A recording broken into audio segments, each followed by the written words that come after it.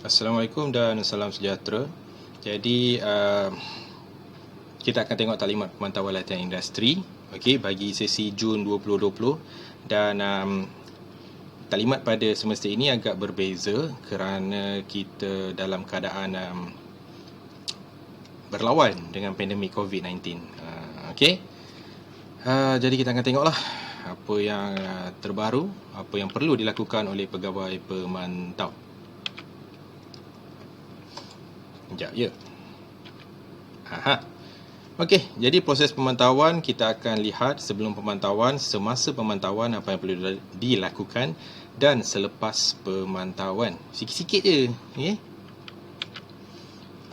Alright, sebelum pemantauan menghadiri taklimat secara atas talian. Inilah taklimatnya. Tengok dah habis dah.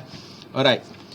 Jadi apa yang perlu dilakukan oleh pegawai pemantau? Yang pertama adalah untuk mengambil dokumen-dokumen pemantauan daripada PLIJ ataupun penyelaras latihan industri jabatan. Dokumen ini akan diberikan oleh unit LI nanti. Dan di dalamnya ada appendix 3 dan juga borang permasalahan pelajar jika ada. Ini adalah contoh borang appendix 3. Tak nampak? Saya faham. Sebentar.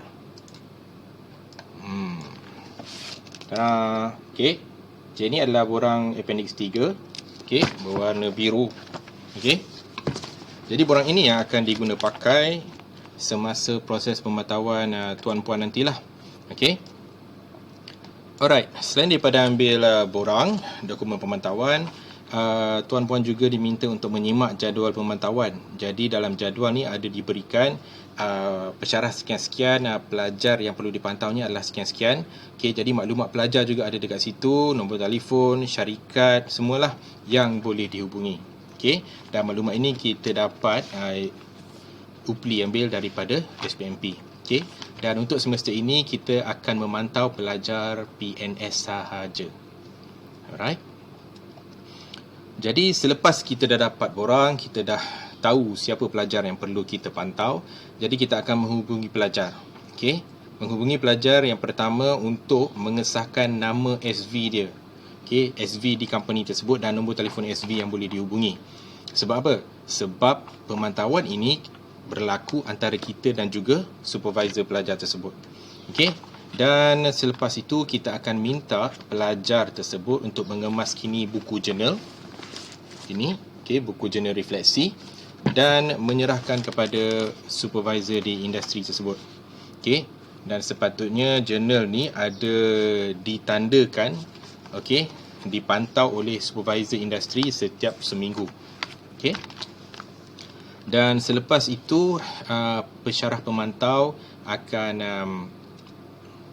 kontak dengan supervisor pelajar tersebut untuk menetapkan masa temu janji. Bila kita nak call ataupun video call dengan supervisor tersebut. Alright. Jadi tempoh pemantauan adalah di antara 13 Oktober hingga 13 November 2020, yang ini sebulan. Right. Itu sebelum pemantauan. Jadi semasa pemantauan bermaksud semasa tuan-puan video call ataupun call supervisor ni, apa yang berlaku. Jadi macam biasalah, kita akan bagi salam and everything. Lepas tu kita akan bagi tahu, kita perlu terangkan kepada supervisor yang proses pemantauan terpaksa dilakukan secara online, secara atas talian, atas faktor mematuhi SOP COVID-19 lah. Dan selepas tu baru kita masuk kepada intipati lah. Apa nak tanya? Jadi boleh berdasarkan appendix 3. Silap. Dekat appendix 3 ni ada pembarkaan yang perlu diberikan oleh pensyarah. Contohnya ada comply with the rules of the organisation. Jadi kita boleh tanyalah, cik, macam mana pelajar ni dia ada buat masalah tak dekat company, ada tak peraturan yang dia langgar. Jadi supervisor akan ceritalah, dia ni tak ada masalah. Contoh. Alright. Ada juga, jadi kalau kita tengok pada appendix 3 ni, kita boleh tanya macam-macam lah dekat supervisor, bergantung pada budi bicara pensyarah pemantau. Tiada masalah. Sebab kita nak tahu sebenarnya pelajar kita macam mana. Jadi orang yang terdekat adalah SV dia lah. Itu pensyarah pemantau perlu bersedia dengan borang appendix 3 lah. Okey, sebab kita nak catat markah dan juga nak membantu untuk sebagai rujukan untuk kita bertanya soalan. Okey. Katalah pensyarah pensyarah menerima aduan daripada supervisor mengatakan attitude pelajar, okey, ataupun pelajar tidak perform, okey. Jadi kalau perlu mencatatkan masalah, okey, kita juga ada menyediakan borang aduan permasalahan pelajar. Okey, jadi nanti pensyarah pemantau yang mana mendapat pelajar yang bermasalah boleh tuliskan di dalam aduan tersebutlah. Okey. Okey, mendapatkan maklum balas macam biasa. Melengkapkan borang markah. Okey. Mohon kerjasama penyelia industri mencatat maklumat pensyarah pemantau. Okey. Sebab pemantauan ini berlaku secara online, jadi kita ada buat penambahan di dalam proses pemantauan kali inilah. Kita akan ada satu job yang mana pensyarah pemantau perlu mengisikan. Okey.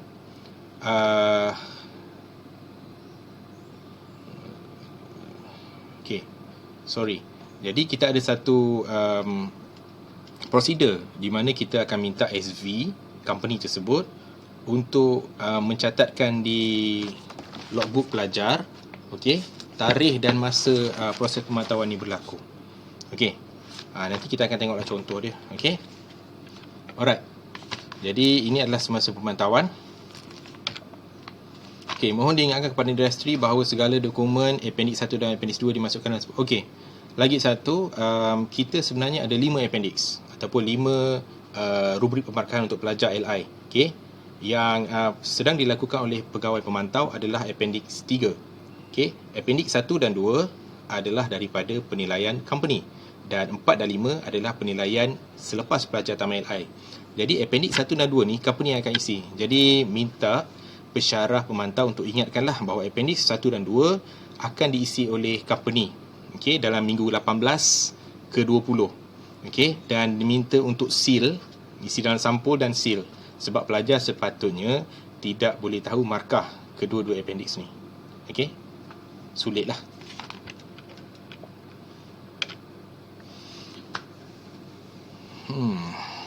Okey. Pastikan borang appendix 3 dilengkapkan dengan markah, diisi dengan mempunyai cop pensyarah pemantau beserta tarikh pada ruangan cop industri. Okey. Jadi dekat bahagian sini, cop industri ni, kita akan tuliskan macam ni lah. Okey. Jadi kita akan tuliskan politeknik nilai, and then kita just akan note nama SV yang dihubungi tu. Okey, tarikh bila, masa bila. Jadi SV yang dekat belah sana pun dia akan note, jot down dekat logbook pelajar bila pemantauan berlaku, tarikh bila, masa bila. Okey. Tapi yang pentingnya adalah dokumen di appendix 3 ni. Okey. Jadi pensyarah pemantau perlu mendapatkan nama SV, tarikh dan masa bila yang dibuat video call ataupun call tersebut. Okey. Okey. Tak nampak ya. Dalam ruangan komen pensyarah dalam bidang appendix 3 perlu diisi hasil rumusan. Okey, jadi dalam lecturers comment ni lah, okey, yang besar ni, kalau ada komen bagi tahulah macam ni, student have shown good working performance ke, kalau student tu okey tapi mungkin dia jenis yang lambat datang, so bagi tahulah overall okey except for attendance attitude, mungkin dia lambat ke apa ke kan, bergantung. Okey, hasil daripada pemantauan masing-masing lah. Okey, pensyarah pemantau juga akan terlibat dalam penilaian LI apabila tamat latihan industri. Jadi untuk semesta ini kita akan kuatkuasakan pensyarah pemantau ini selain daripada memantau pelajar, okey, selepas pelajar tamat LI dan balik ke politeknik, pensyarah yang sama akan menilai pelajar yang tadi. Okey, sebab mungkin kita tak nak berlaku pelajar menipu lah. Sebab sebelum ni ada pelajar dia menipu. Okay, dia kata dia LI dekat sekian-sekian-sekian dan dia buat benda ni sekian-sekian-sekian. Padahal dia buat dekat tempat lain. Okay, jadi kalau pensyarah yang sama kita letakkan, yang memantau dan yang menilai di akhir LI nanti, jadi kebarangkalian untuk pelajar tersebut menipu tu kecil lah. Alright. Okay, Jadi proses penilaian ni akan dijalankan selepas pelajar tamat dan kita akan cerita nantilah apa yang perlu dilakukan. Okay, basically kita just tengok pelajar present dan menilai logbook dan report mereka lah. Okay.